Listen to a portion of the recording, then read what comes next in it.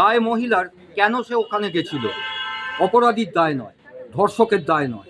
যে অভিযুক্ত সে প্রেসিডেন্ট যাওয়ার সময় সে এখানকার এমপির কাছে তার সাহায্য বার্তা পাঠিয়েছে। এই যে আন্দোলন করলেন আপনারা আক্রান্ত আমরা মঞ্চের পক্ষ থেকে উত্তরপাড়া থানার সামনে, কিন্তু যে ঘটনাটা ঘটলো বিশেষ ক্ষেত্রে দেখা যায় যে পরিবারের এসব ক্ষেত্রে পরিবারের লোক পিছিয়ে টিছিয়ে আসে। আপনারা কথা বলে ঠিক কি আভাস পেলেন, কি বুঝতে পারলেন? দেখুন, পরিবারের সাথে কথা আমরা আগেই বলেছি, থানায় ঢোকার আগে ভিকটিমের পরিবারের সাথে কথা বলেছি। সামাজিক লজ্জা নানান কারণে তারা এখন হয়তো সামনে আসছে না। তারা আমাদের এটুকু সম্মতি দিয়েছে যাতে আমরা থানার উপর চাপটা রাখতে পারি এই ডেপুটেশন দিয়ে। এখন আমাদের ডেপুটেশনটা এটা দিতে হচ্ছে এই কারণে, যেটা হচ্ছে আমরা ডেপুটেশনেও লিখেছি যে সম্প্রতি আরজি করের ঘটনা আমাদের একদম চোখে আঙুল দিয়ে দেখিয়ে দিয়েছে যে ধর্ষককে বাঁচানোর জন্য সরকার প্রশাসনকে, পুলিশকে যেভাবে ব্যবহার করেছে, যেভাবে তথ্য প্রমাণাদি লোপাট করা হয়েছে, এবং তারপর সিবিআই সেই পুলিশকে যেভাবে ক্লিন চিট দিয়েছে, তাতে করে পশ্চিমবাংলার নারী নিরাপত্তা একটা প্রচণ্ড গভীর সংকটের প্রশ্নের মুখে এসে দাঁড়িয়েছে। যে তাহলে কোথা থেকে আমরা নিরাপত্তা পাবো? রাজ্য সরকার, কেন্দ্র সরকার বোঝাপড়া করে তারা রাজ্যের দুর্নীতিকে রক্ষা করবে, আর তার বিনিময়ে অভয়ের মতন অসংখ্য নারীদের ইজ্জত নষ্ট হবে, খুন হতে হবে। এ পরিস্থিতি চলতে পারে না। এটা একটা খাদের কিনারায় এসে আমরা দাঁড়িয়েছি। আমরা নাগরিকের কাছেও আহ্বান করেছি যে আপনাদের নিরাপত্তার জন্য আপনারা রাস্তায় নামুন। এই ব্যবস্থা দীর্ঘদিন চলতে পারে না।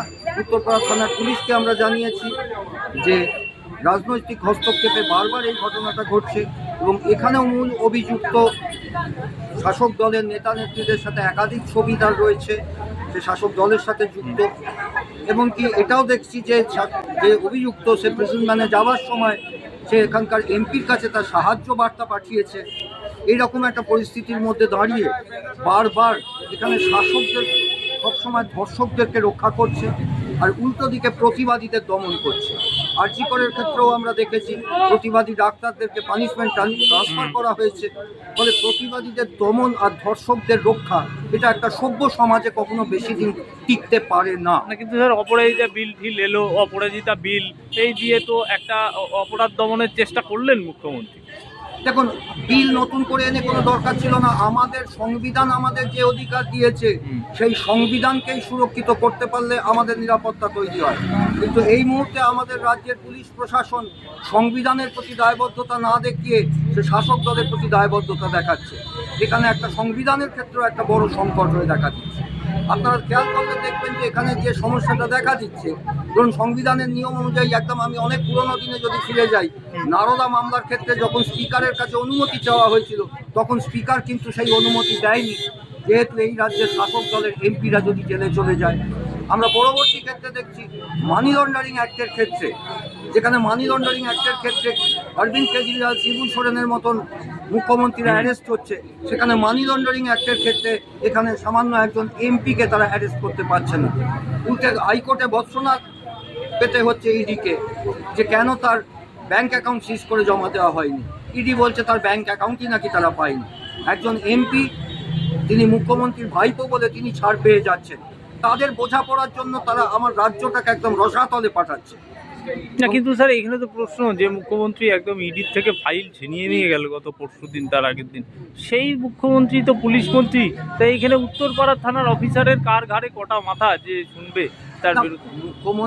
মুখ্যমন্ত্রী হবার পরই বলেছিলেন আমি গুন্ডা কন্ট্রোল করি, এবং তারপর তিনি থানা থেকে আসামি ছাড়িয়েও এনেছিলেন। সে নজির তিনি করে দেখিয়েও দিয়েছেন। এই মুখ্যমন্ত্রী তো পার্কস্ট্রিট ঘটনার পর বলেছিলেন যে তার পোশাক ঠিক ছিল না, তাদের দলের নেতা নেত্রীরা বলেছিল। আজকে উত্তরপাড়া থানাতেও যখন অভয় মঞ্চ ডেপুটেশন দিতে যায়, তাদের নাকি কোনো এক পুলিশ অফিসার বলে যে ওই মহিলা কেন ওখানে গিয়েছিল। ফলে ওই সেম ন্যারেশন, ওই একই ন্যারেশন, দায় মহিলার, কেন সে ওখানে গেছিল। অপরাধীর দায় নয়, ধর্ষকের দায় নয়। আর পুলিশ কি মানে সক্রিয় ভূমিকা পালন করবে? পুলিশকে আশ্বস্ত করলেন না, প্রশ্নটা তো এইখানেই। আপনি যখনই প্রশ্ন তুলছেন ফাইল নিয়ে যাওয়ার কথা, এখন শাসক দল তৃণমূল বিজেপির বিরুদ্ধে কথা বলতেই পারে, তার সেটা গণতান্ত্রিক অধিকার আছে। অর্থাৎ তৃণমূলের সুপ্রিমো হিসাবে হোক, মুখ্যমন্ত্রী হিসাবে হোক, তিনি বিজেপির বিরুদ্ধে কথা বলতে পারেন। এখানে একটা দ্বন্দ্ব রয়েছে, হচ্ছে মুখ্যমন্ত্রী সেখানে তার পুলিশ প্রশাসনকে ব্যবহার করবেন। একদমই তাই।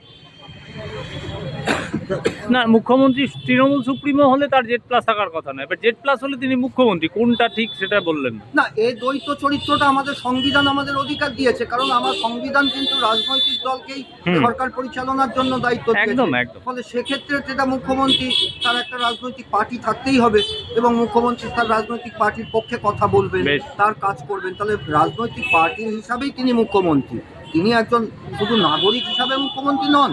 ফলে সে অধিকার তার আছে, তার পার্টি করবারও অধিকার আছে, মুখ্যমন্ত্রী হবারও অধিকার আছে, কিন্তু সরকার কখনো কোনো পার্টির হতে পারে না। বেশ, এইখানে আমার শেষ প্রশ্ন, যে পরিবারে এমনটা হবে না তো যে শেষ পর্যন্ত আপনারা পথেই রইলেন, আন্দোলনেই রইলেন, পরিবার সরে গেল? না, দেখুন, কামধনি থেকে যেটা দেখা গেছে যে পরিবারের ওপর চাপ সৃষ্টি করা, প্রলোভন দেখানো, অর্থের প্রলোভন দেখানো, এগুলো চলতেই থাকে।